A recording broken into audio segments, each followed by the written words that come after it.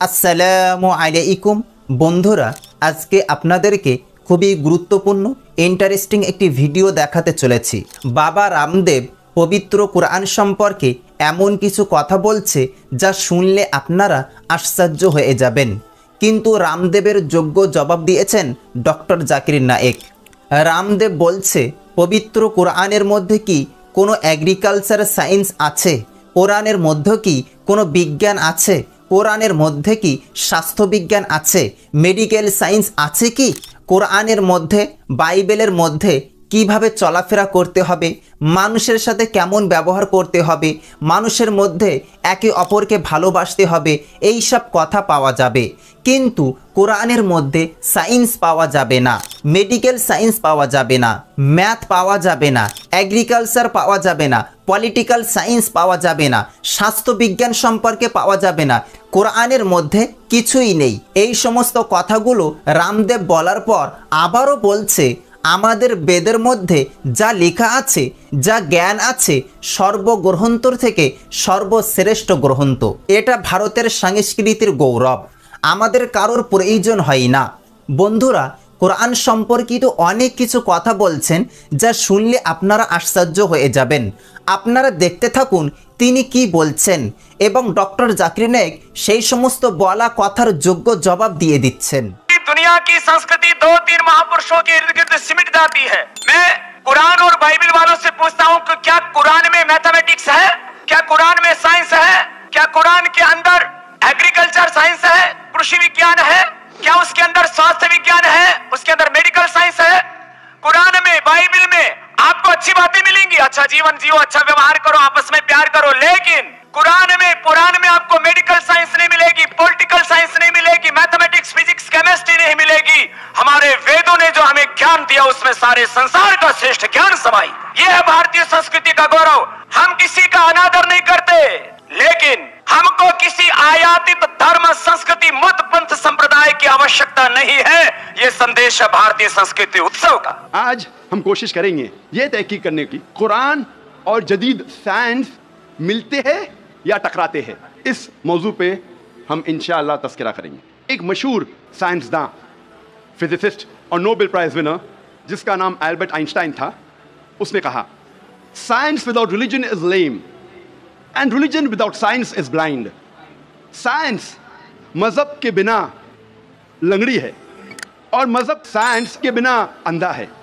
मैं आपको याद दिलाना चाहता हूं कि कुरान मजीद साइंस की किताब नहीं है, SCIENCE, लेकिन है साइंस की किताब, SIGNS। ये है निशानियों की किताब, आयतों की किताब। और कुरान मजीद में 6000 से ज़्यादा निशानियां हैं, 6000 से ज़्यादा आयतें हैं। इनमें से 1000 से ज़्यादा अल्हम्दुलिल्लाह साइंस के बारे में ज़िक्र करती है। आज की इस तकरीर में मैं सिर्फ उन साइंटिफिक फैक्ट्स, साइंस के हक़ाइक़ के बारे में जिक्र करूंगा विच हैव बीन एस्टैब्लिश्ड, जो साइंसदान साबित कर चुके हैं। सबसे पहले हम तस्करा करेंगे एस्ट्रोनॉमी के बारे में, फल्कियात के बारे में। 35 से 40 साल पहले कुछ साइंसदान ने तहकीक की एक मौजू पे, तख्लीक़ कायनात, मतलब क्रिएशन ऑफ द यूनिवर्स। और इन साइंसदान ने कहा कि हमारी कायनात सबसे पहले एक प्राइमरी नेबुला था, बुनियादी गोला, इब्तिदाई गोला। उसके बाद there was a secondary separation, दूसरी जुदाई, दूसरी अलाइदगी, और एक बड़ा धमाका होता है बिग बैंग। उसके बाद वजूद में आया गैलेक्सीज, कहकशाएँ, सितारे, सैयारे, चांद, सूरज और ये ज़मीन जिसमें हम रहते हैं। इसे साइंसदान ने कहा बिग बैंग, बड़ा धमाका। ये जो साइंसदान ने तकरीबन 40 साल पहले ढूंढा किस तरीके से कायनात वजूद में आए, तख्लीक़ कायनात, कुरान मजीद में इसका ज़िक्र 1400 साल पहले है।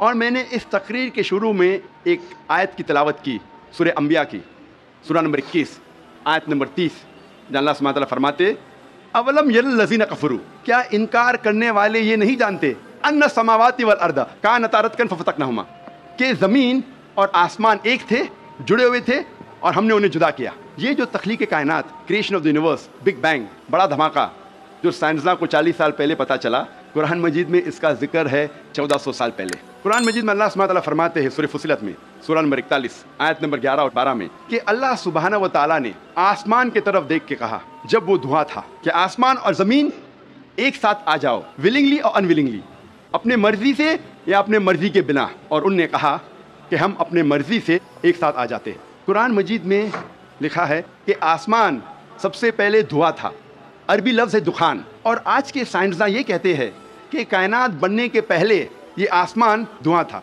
इंग्लिश में कहते हैं गैस, लेकिन अरबी में दुखान के मानी है स्मोक। कुछ मुफस्सरीन ने तर्जुमा किया मिस्ट, धुंध, जो मेरे हिसाब से सही तर्जुमा नहीं, क्योंकि धुंध होता है ठंडा और धुआं होता है गर्म। धमाके के बाद हम अक्सर देखते हैं गर्म धुआं, धुंध नहीं देखते। तो कुरान मजीद में लिखा है कि आसमान था धुआं। और आज साइंस ये कहती है कि स्मोक गैस से और बेहतरीन लफ्ज़ है। जो कुरान मजीद में दुखान लिखा है वो गैस से और बेहतरीन है, और scientifically smoke is a better word than gas. आप सोच सकते हैं कुरान मजीद में इसका जिक्र है 1400 साल पहले।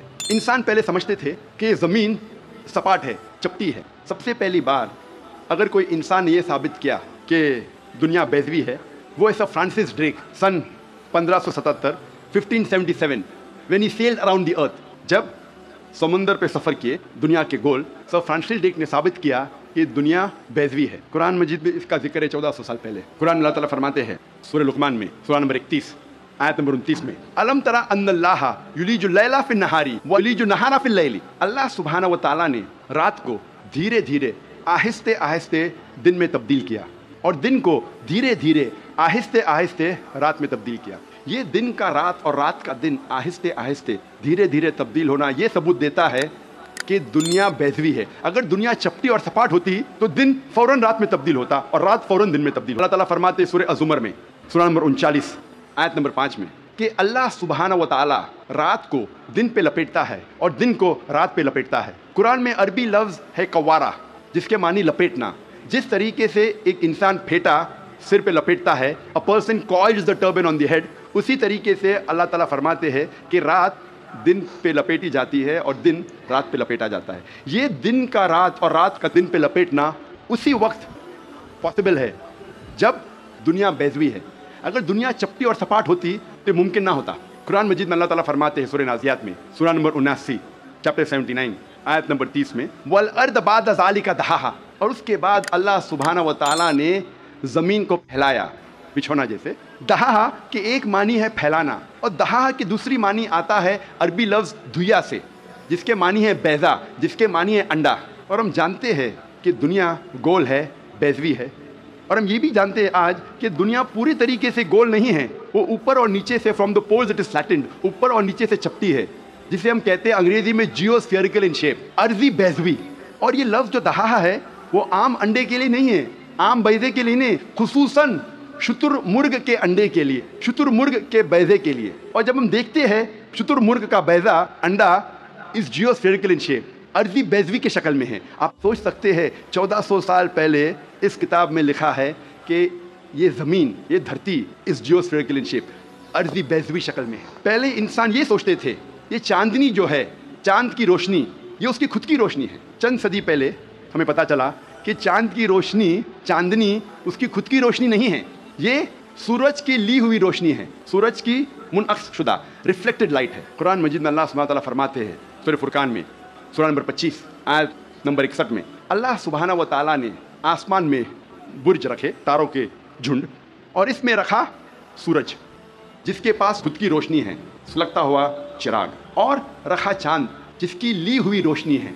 বন্ধুরা, এতক্ষণ ধরে আপনারা বাবা রামদেব ও ডক্টর জাকির নায়েকের ভিডিওটি দেখলেন।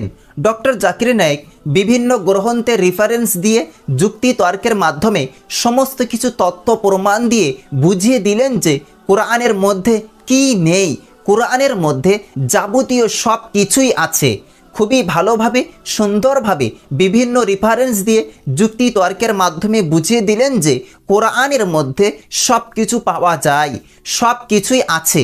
তো বন্ধুরা, এই ভিডিওটি আমার কাছে তো সারা বিশ্বের মানুষের জন্য খুবই গুরুত্বপূর্ণ বলে মনে করি।